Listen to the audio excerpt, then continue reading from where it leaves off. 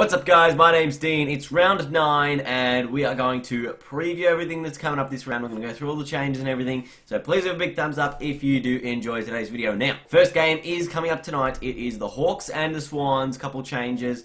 Rioli comes in for Daniel Howe, and for the Swans, Kennedy's back, McGlynn is back, and Gary Rowan is back.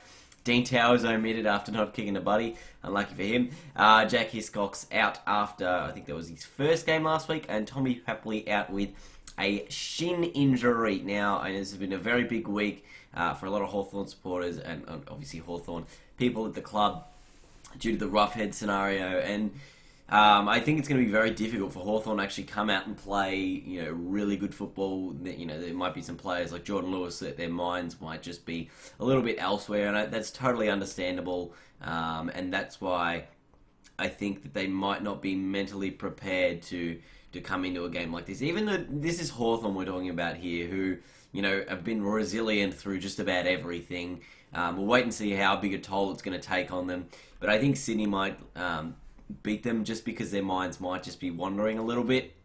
Who knows? It could go the other way entirely, and they could be playing for Roughhead. So could be a very different sort of scenario that goes on there. But I do think the Swans, off the back of a tough loss last week, they'll try to bounce back, and I think they'll do it. And Gary Rowan, he comes back in. His last 4 games against the Swans have been atrocious. He's had 8, 4, 3, and 6 touches. So he'd want to have a good one tonight coming back into the side. But I think Kennedy is a real big help for the Swans in that one. The next game we're looking at is on Saturday. We got the Cats and the Pies. So for Collingwood, Reid goes in, Sinclair goes out with concussion. That's like the 3rd or 4th time in a number of weeks that Sinclair's gone out with concussion. So they better look into that a bit further there at Magpie Land. And Hall and Smith comes in for Ruggles, who's been omitted for Geelong. Now, Geelong, big win over Adelaide last week on the road. Everyone's finally seeing their credentials as sort of a premiership candidate.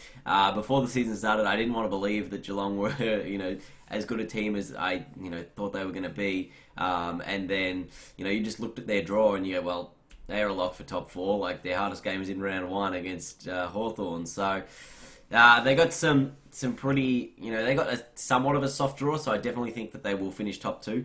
And I'm saying soft draw as in soft for the top end of the ladder type draw, and I think they'll beat Collingwood very easily on Saturday. 6 goals maybe minimum.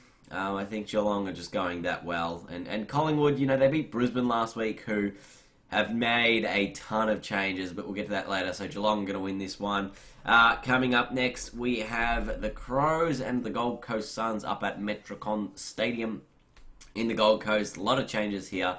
Riscatelli, Russell, and Tumita Peter, and more than that. And Ryan Davis and Daniel Curry and Seb Tate all come in. Players that go out are Nichols, Brooksby, Ablett with concussion, Miller with an ankle, and Aaron Hall with a shoulder injury. Gee, that's going to kill my Supercoach team. Definitely the Gold Coast Suns. A lot of injuries, and I can understand why they're at the where they were 3-0 and now they're not. Like 3-6 maybe now, or no, what are they? 3-5, something like that. They'll probably be 3-6 after this round. But I was looking through their injury list and I was like, well, you guys are missing 11 of your best 22 on the injury list. So that's half of your best team aren't on the field. And the reality for the Gold Coast is that there probably won't ever be a time when they are all ready and out there on the field, when they're not all injured, because of the way that these injuries just keep reoccurring for them. It's going to be really difficult. For the Crows, Lions, Van Berlo in, Crouch and Crouch go out. Brad Crouch been omitted. Matty Crouch with the soreness there, but Lions comes back in. Thank you, Supercoach. That'll get rid of the Hall outage. But I definitely think the Crows will win this one. They're 8-0 against the Gold Coast Suns. I'll make it 9 in a row against them this weekend. And definitely another big win for them coming into just to hold their spot in the 8. because I think it's going to be difficult for them. Moving on, this is a really big game here in the Adelaide Oval. Port Adelaide and the West Coast Eagles. Very, very big stakes for both sides. Port Adelaide trying to get their season back on track, and the Eagles are really trying to get a win on the road because they just have not been able to buy a win on the road lately. I think they've come up against Hawthorn City and Geelong, to be honest, which are some of the toughest sides. Changes anyway. Robbie Gray comes in for Archie. No changes for the Eagles after their demolishing of St Kilda last week. So, very, very interesting game, this one. I'm not quite sure who's going to win it. I think West Coast, maybe. They only won by a couple of goals last season, and I think that the last time they've played, the last 3 or 4 times that these two sides have played, they've only winning margin's been under 3 goals. So it could be closer than a lot of us think. But I do think West Coast might just get this win on the road. Just. Moving on, Saturday night, or Saturday twilight, North Melbourne undefeated, Carlton 4 in a row. So 8 in a row v 4 in a row here. Frito Dumont and Farron Ray come in. Matt Jack Dorr, Ben Jacobs and Mason Wood go out. For the Blues, Simon White, Gorringe and Wiedering comes back into the side. That's a big in. And Jamison, Casbolt and Cruiser go out for the Blues. Now, they're on 4 in a row here. North Melbourne had a very, very poor second half against the Essendon last week. So maybe that's where a couple of these changes have come from. Farron Ray playing his first game for North Melbourne. And Carlton, they're on a roll. They're playing football with belief. They believe that they can beat any team, or maybe not any team, but they believe that they can put in a really darn good effort. And if North Melbourne are even slightly off their game, that's going to make it all the more interesting for Carlton to pick up this win. But I think North Melbourne genuinely need this win here. If they get to 8-1, they then come up against, I think, Hawthorn, Sydney, Adelaide, West Coast over the next, their next 8 weeks look like a horror movie. Like, they are incredibly difficult. I think it's just about every top 8 side, maybe a couple of them twice. So they've had their draw now, North Melbourne. They got to win this one, because if they don't, they could very easily get back to 8-6 or 8-7.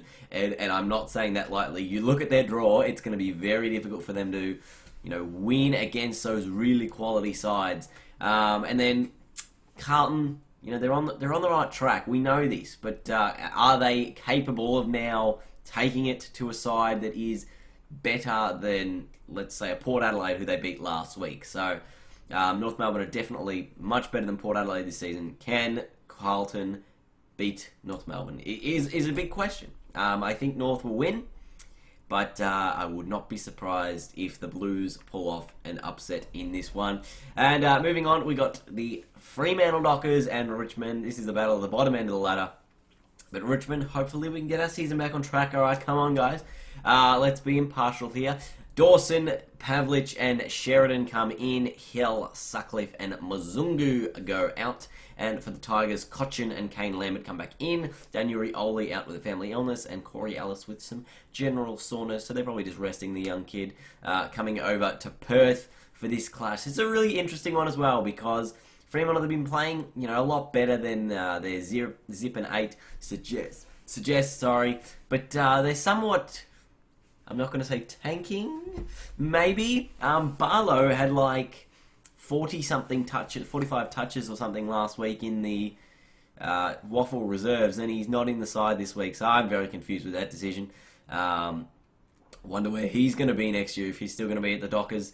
And then for Richmond, I think that, you can look at their game last week and you say, well, if Lloyd misses that kick, they're 1-7, they're on a 7-game losing streak, and they are, just as bad as Fremantle. They're not looking as good. But the way that Richmond played last week was, probably much better than the scoreline suggested. I think we probably should have been further in front late in that game rather than trying to chase tail. And then, obviously, the buzzer beater with Sammy Lloyd after the siren there. But I definitely think that Richmond, given the win last week, will have the confidence to beat this Fremantle side this week. So I think the Tigers will get over the line in this one. Someone followed me on Twitter, but I don't really care about that. So next one, Melbourne, Brisbane. Brisbane, I had to make my bloody thing bigger. It probably covers up to here because the fact that they made so many changes. Anyway, Melbourne, Kent, Newton, McDonald, Neil Boland, and Grimes come in. Jett has suspended, and Salem has been dropped. Then we look at the Lions after their slaughtering to the Pies last week. Let's have a look at the changes here. There's 9 of them. Maybe 9 of them. Jackson Payne, McStay, Jansen, Robertson, Hipwood, West, Freeman, Matheson, and Evans all come into that squad of 25.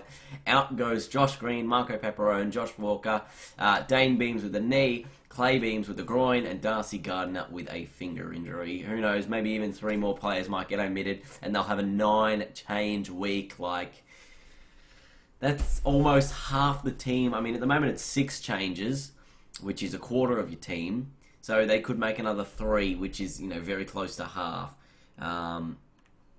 It's just quite a bizarre one. Melbourne will win at the MCG. Brisbane will maybe bounce back a little bit, but Melbourne, they're winning these games this season. They're winning these sides against the sides that they should beat. So they'll beat the Lions, provided they don't have a mental lapse and do a game like they did against Essendon. I think Melbourne will get over the line.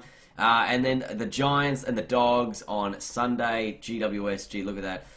Green, Tomlinson, and Sam Reid comes in. They haven't made any changes yet. And for the Dogs, Kieran Collins makes his debut. Kobe Stevens comes in. Lin Jong comes in. Mitch Honeychurch comes in. And Will Minson also into that squad, with Redpath and Boyd being suspended, so they're not playing this week.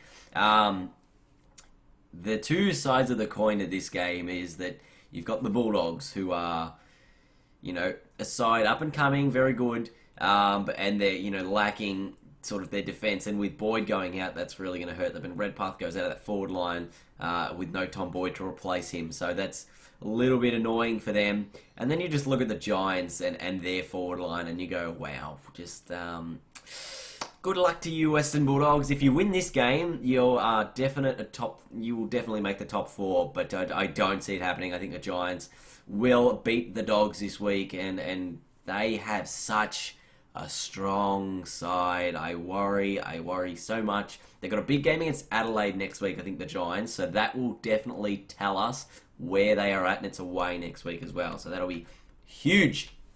And finally, last game of the round, St Kilda play the Bombers. Bombers, decent finish to last week. Fisher, McCartan, McKenzie, and Jason Holmes come into the squad. Loney, the only one to be omitted so far. And for the Bombers, Gwilt, Gleeson, Merritt, and Michael come into the side. Grimer out with a hip injury. And Essendon, they finished really strongly in the second half. They'd be disappointed with their first half efforts. St Kilda will be disappointed with their whole game last week. So 2 sides that really need a win. I think St Kilda will be that side to get the win. I think they've been playing much better football than their scoreline suggests. I think they're 2-6 maybe, but they probably should have beaten Hawthorn and been very competitive in a couple of other games. So I think St Kilda have done very well this season, but definitely they will get over the line against the Bombers in this one. Anyway, my tips are up on the screen. Let me know what you guys think. If I'm any closer to getting some right, every week I'm like, oh yeah, this should happen.